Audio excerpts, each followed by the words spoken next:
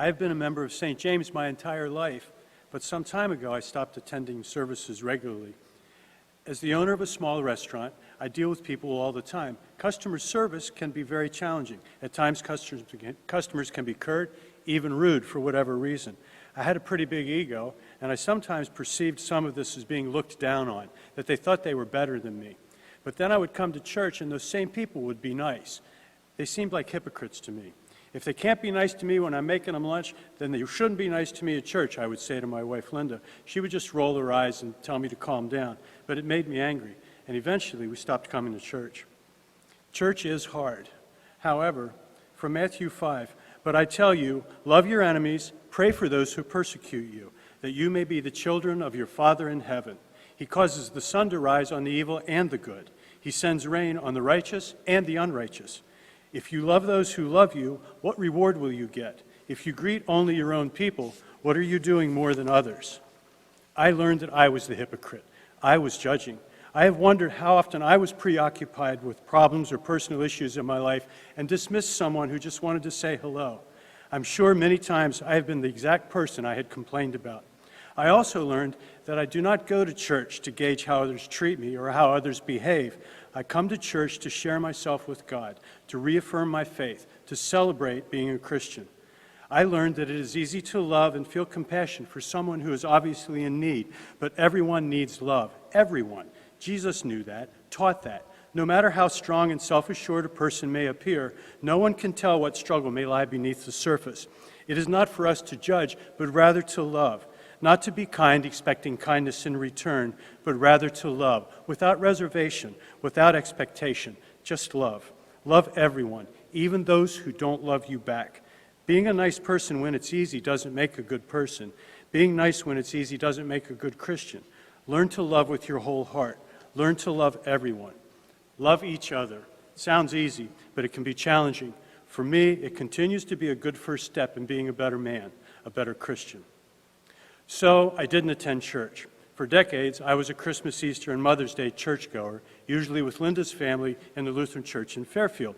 I had faith. I always believed God was watching over me. I just didn't go to church.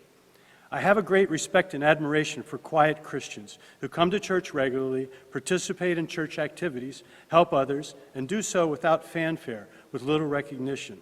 Good Christians. I sometimes felt I did not belong with them, that I shouldn't even share worship space with them. I began to realize it wasn't hypocrisy that kept me from church, but rather my own insecurities. A few years ago, I became friends with the pastor at St. Luke's in Fayetteville, and not long after I lost Linda, I began attending services there. I experienced Holy Week there for the first time, Good Friday, the stripping of the altar, and Easter sunrise services. I enjoyed the services there and enjoyed the sermons, but I never felt at home. Everyone was nice, everyone was very welcoming, but I never stopped feeling like a visitor. It just wasn't a good fit for me. I decided to come back to St. James. It was a decision made in part over the convenience of Saturday evening services, but also I had met Pastor Mike quite a few years earlier. He presided at a memorial service where I sang, so we sort of worked together. I was touched by his way and his gentle sense of priority. I had met Pastor Andrew not too long after he came to St. James. We chatted briefly at a relative's memorial service. He has a quiet confidence and a kind sense of humor that left a mark on me. I knew I would be a little uncomfortable coming back here, feel out of place. I know a lot of people in Gettysburg from years of the business, years of playing in bands here, and I know a lot of people here at St. James, and a lot of people knew my story. I wanted to be anonymous. I feared I would be viewed as a cliché. The lonely widower with nowhere to turn has finally come back to church. That first Saturday, I sat over there in the back and kept pretty much to myself, which is kind of easy to do at a Saturday evening service. My first interaction was with an old friend who I hadn't seen for a long time. He was taking collection. His eyes lit up when he saw me. He switched the collection plate to his left hand, and he reached down and shook hands with me. It was so sincere. He told me how happy he was that I was back, how happy he was to see me. His warmth and his sincerity was instant. I felt it with my heart. Understand, I've always had a problem with the story of the prodigal son. I remember a comedian once doing a bit about how celebrities recovering from addictions and other personal issues were revered and celebrated by the public and by the press, while people who live their lives responsibly, who take care of their families and do things the way you're supposed to do them, are unrecognized. That always seemed backwards to me. I sort of felt like one of those lost souls when I returned to St. James. I didn't want anyone to make a fuss over me returning to church. I didn't feel I deserved any undue attention. Church was hard. However, from Luke 15, the son said to his father, "Look, all these years I never disobeyed your orders, but when this son of yours who has squandered all comes home, you kill the fattened calf for him." "My son," the father said, "you are always with me, and everything I have is yours, but we had to celebrate and be glad, because this brother of yours was dead and is alive again. He is lost and now is found." As it turned out, the undue attention I received from the family here at St. James, deserved or not, was more uplifting than I could ever have imagined. I instantly felt a part of this beautiful group of people, these compassionate leaders in this abiding faith. I was accepted and loved unconditionally, without pretense. Everyone I continue to encounter here is as welcoming and friendly as that first handshake. It continues to feel right. It continues to feel comfortable. I've grown closer to Pastor Andrew, Pastor Mike, and to Tim Braband. And there's the additional bonus of seeing Pastor Kaiser and Pastor Foltz occasionally, a reunion of sorts for me. Seeing either of them always sparks warm memories. I truly felt a sense of returning home, of belonging again. I married Linda in 1982. She was Catholic but divorced, so no longer recognized by the church.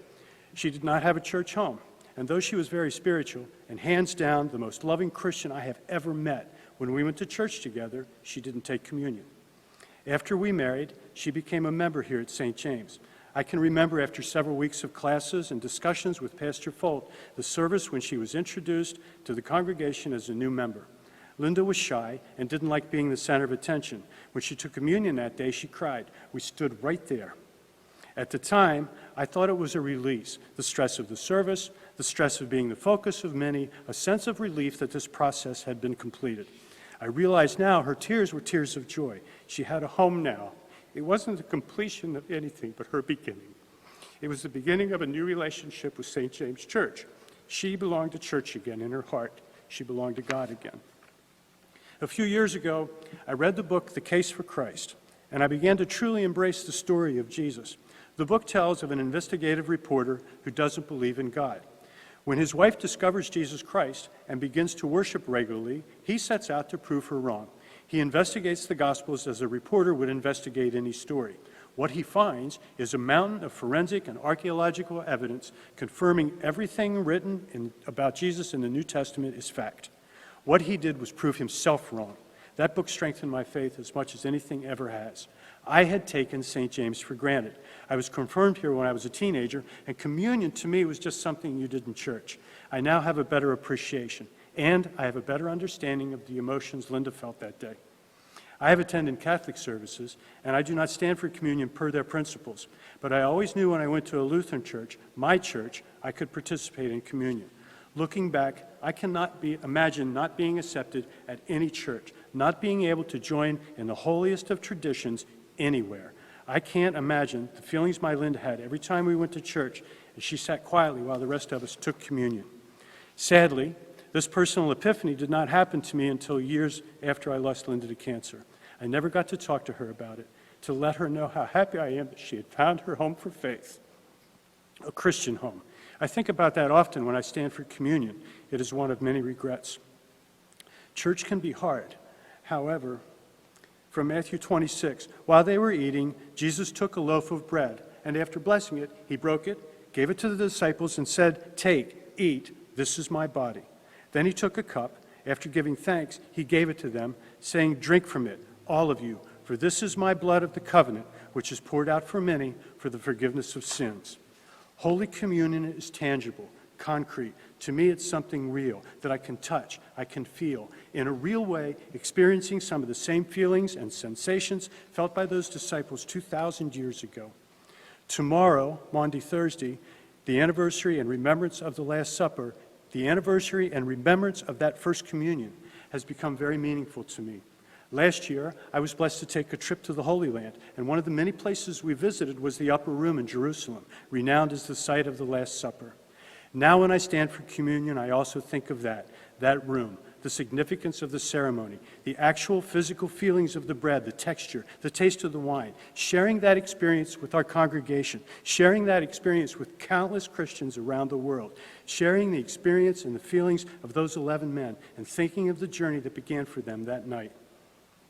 And when I stand for communion, I remember that beautiful, gentle, caring woman standing shyly with me the first time she communed here, sharing with her her new beginning, sharing with her her new home, sharing with her her renewed relationship with God. Many emotions capture me when I stand for communion. Yes, church can be hard. However, nothing worthwhile is easy. Amen.